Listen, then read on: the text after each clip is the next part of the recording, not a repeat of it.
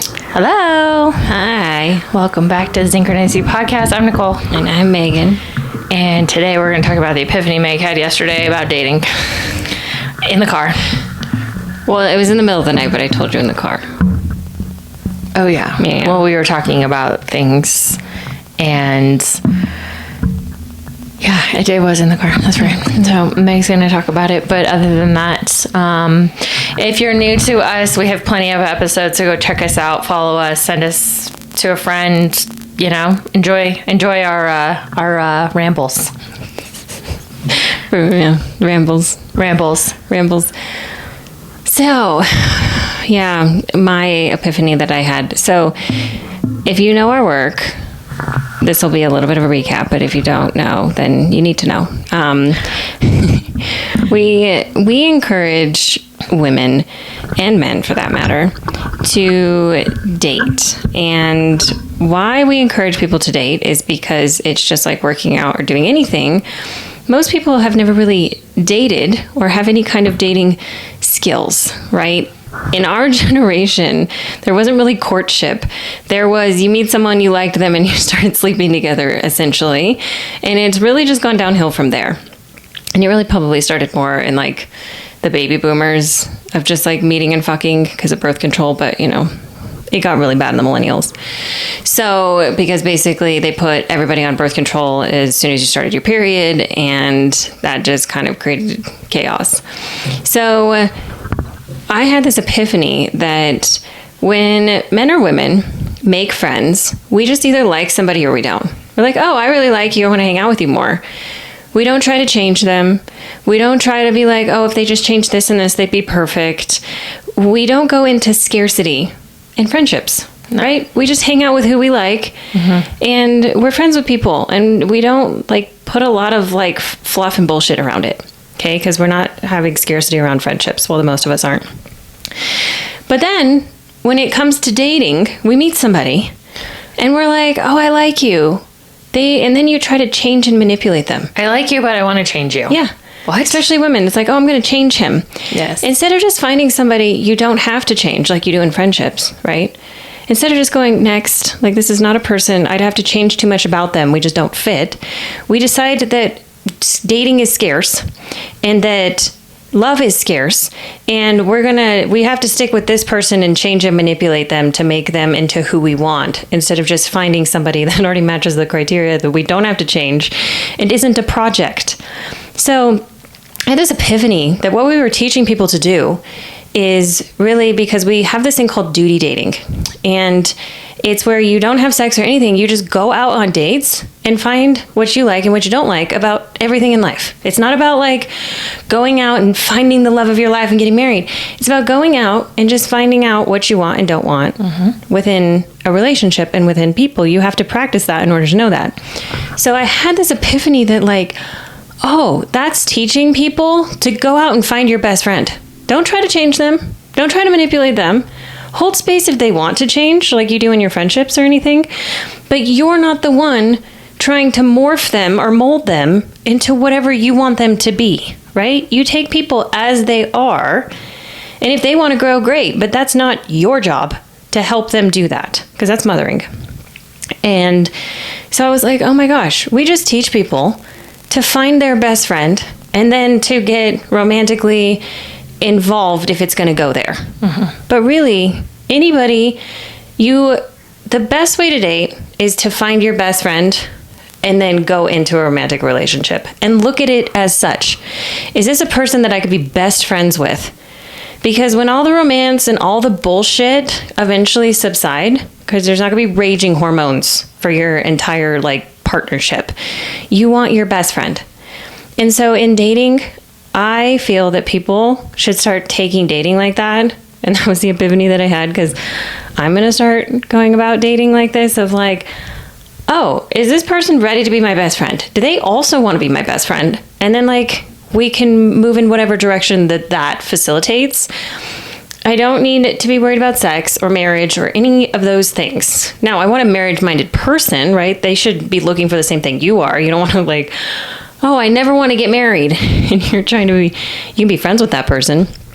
Or date someone that has a vasectomy and you want kids. That doesn't make sense. You're not compatible. It's not compatible. But also, friends are usually on the same trajectory as you. You have the same like morals and ethics. Like all of our friends or my friends, your friends, they're similar beings, and I don't want to change them, right? No. We might we talk to each other, and there's advice and like suggestions and someone you can talk to about things. But I was like, everybody's been looking at dating completely wrong. Yeah. It's like, oh, I'm going to date you and I'm going to change you. But we don't do that in friendship. And I had this like crazy epiphany about that. And I was like, don't go into scarcity in dating. It's just not good for you. Well, but that's what everybody, and we see it all the time when we're working with women, especially women that are coming out of marriages, like really like toxic relationships or domestic violence situations. And it's like, oh my God, they're in so much fear that they're not going to find somebody else. Right. And so in their mind, it's like the next best thing. And then they like try to manipulate and morph them. And it's like, they end up just mothering them more than anything. And like last night in women's group, we even talked about this. Like this was a huge topic. We were talking about how, you know, both parties have to be able to understand, like, I'm in this energy, like I'm in my feminine, I'm showing up in my feminine, but I can also support the masculine, and the masculine can show up in his masculine, but also hold space for the feminine. It was like a huge part of our women's group last night, which we're always like, the cool thing about what Megan and I do is like, though we teach this work and we guide women, we also like are always integrating it in a new way and looking at it in a different way to be able to give it to our clients. And like Megan having this epiphany of like, okay, well, like we're really just teaching people how to find their best friend. That's all we do. Like, and have a healthy relationship with themselves and getting very clear on what they want, because majority of people don't know what they want, especially like when we're coaching and you ask them like, well, what do you want from this person? And most people can't even tell us, like, I have no idea. And you're like, okay, well, if you don't know what you want, then how are you going to actually negotiate this into, you know, a relationship or stay friends, or like, where is it? Because most people are so unclear on what they want because they haven't actually gone out and figured out what they don't want. Well, and they think that love is scarcity. Yeah. I mean, you're not hard to love. No. Nobody's hard to love around the right people. And the thing is like, I think the majority of people are always choosing the wrong people, and then they feel like they're hard to love and they feel rejected and they feel scared that love is scarce. It's not. When, like, think about how many friends you have. Think about like your community. You're not hard to love. You're just choosing people that you want to change. Yes. And so it makes you feel like you're hard to love, when in fact, like, all you're doing is choosing people that are in scarcity also, or you're just not the right person. Yes. And so, you know, Nicole, or I should only ever speak for myself so often. I'm always like, Nicole, because, you know, we're sisters and own a company together. So we're usually like mushed together. But I'm really working on my money trauma. And I realized like love and money are the same chakra. Yes. And so when you believe love is scarce, like money goes into scarcity. And I realized like our company flourishes anytime I'm in the energy of authenticity and love and gratitude. And that's why we like always have huge influxes of clients when I'm feeling abundant in love. So love, money, same thing, right? It's the universe loving you and taking care of you. So when I stopped trying to earn love and I just let love flow and let people love me and either be in my life or don't be in my life, and stop having scarcity around love, money stops being scarce. So, you know, I invite you, if you're having money problems, that they're related to your love life. You know, are you not feeling loved? Are you not feeling abundant? Are you not feeling like you're worthy in this? Because it's connected. And that's why I had this epiphany, is because I've been really looking at that. It's like, why do sometimes we have huge influxes of clients, and then other times it's like, where did everybody go? And it's exactly that. I mean, you know, and Nicole can probably, you know, it's the same for her, but I don't want to like speak for you. Yeah, I mean, it's also, we see it with our clients too. Like when we guide couples, like we work with entrepreneurial couples, and like when we guide them back into not working against each other and working with each other, they make their companies usually boom overnight because they're in alignment, going the same direction. In like, they both know where they want to go. They both have the vision. They both have cleared. They're both negotiated what their trajectory is. And Right. so they're in love frequency because they're both on the same page and they're not fighting against each other. So neither one of them, they're in love frequency. They're not in scarcity frequency or fear frequency because they aren't battling the uncertainty of, well, what is this person like going? Which way are they going? Which way am I going? Like, they're on the same page. And we see that a lot with, even with when Megan and I, when we're super clear on like, okay, this is the project we're working on. You're doing this, you're doing that. I'm doing this, you're doing that.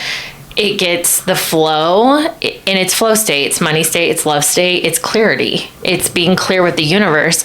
And it's like no different than having a clean cup of water to drink versus a dirty cup of water.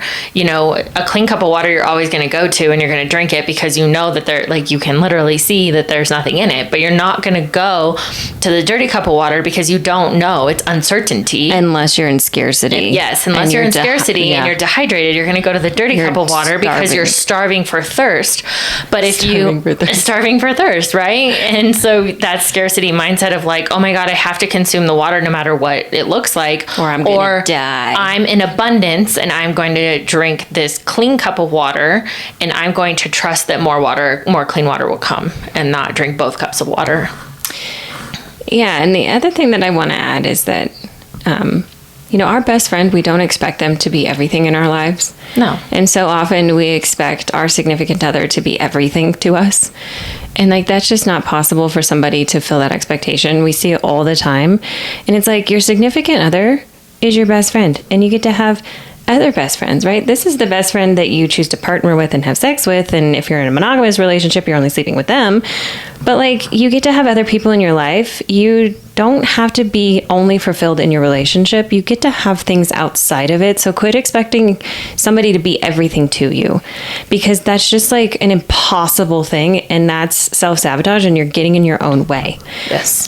Find somebody that you really value and you really like being around, but they literally don't have to be everything. If you have a checklist a mile long and you're like, they got to check all these boxes, like, you're the problem. Yes. It's also scarcity. Like, people are human. Don't expect them to be everything. Women, especially with men, like, men they're logical, money-driven, sex-driven creatures. Like, sometimes men aren't going to talk about, like, astrology and like woo-woo things. We've talked about this on past podcasts. Like, go find your girlfriends. Like, sometimes men aren't into yoga. They're not into spiritualism. Maybe he has faith in God, but maybe it looks different than yours. But you both believe in the same God.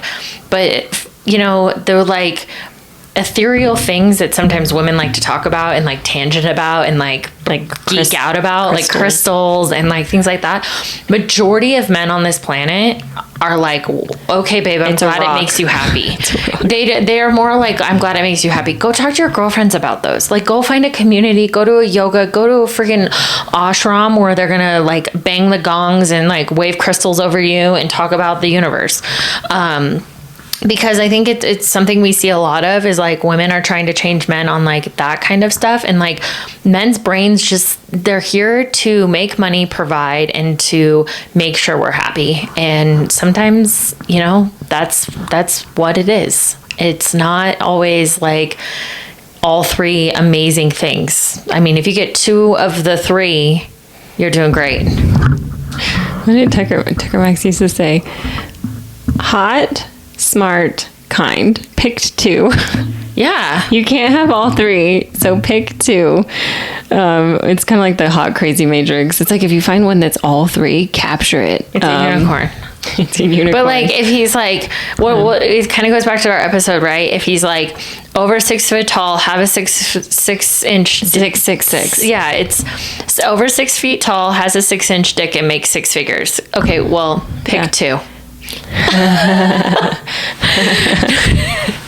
Not really, but really, I mean, how many men make over 6 figures? Not very many. How many men have a 6 inch dick? I don't know. How many men are over 6 feet tall? Not that many. Yeah, it's, I don't know, ladies, but you're not going to get all of them. And if you do, capture him and bring him into we want to study him. Actually, I will say there is that. There are very few though. And they're super hyper alphas. And they're sleeping with lots of women usually. Yes. Good luck. Have fun. It's called Patience, and you better hire us now because we'll teach you how to wrangle one. Patience of a saint. Yes. And it normally takes like 3 years. Oh my gosh, I don't even know. But anyways, go out there, find your best friend, get curious, have fun. Yeah, just Don't have take fun. it so freaking serious. I mean, take it seriously, but like, don't take it like Yeah, just ridiculously seriously. don't have a laundry list. Like, have like 5 top qualities. There's our And find donation. 3 out of 5, or 2 out of 3, depending upon how you do math. But we are currently, all of our website, our brand new marketing, everything is up. Go check it out on our website. We have women's group and men's group now fully up and running. They are $47 a month, or you can pay yearly, which is a better deal. You can join all of that straight off the website if you guys are curious. You get a lot of fun stuff in our communities. We did also launch a book club that is for our communities only. It's in depth on our work, it's psychology, it's some fun reads, it's just overall a lot of cool stuff. And the people in there are rad. If you're single, we have single gentlemen. Gentlemen, if you're single, we have single ladies. So, community of individuals where you can also come together to make friends too, that are all doing this work and on the same trajectory. We also have one-on-one coaching spots that are opening up in May. So if you guys are interested in doing a 6-month or 12-month coaching program with us, those we'll have a couple of spots opening back up in May of this year. So if you're interested, fill out an application online and we will directly get back to you. You work directly through Meg and I. We do all of our calls. So if you need us and want to work with us, we talk to you directly. So other than that, is there anything else?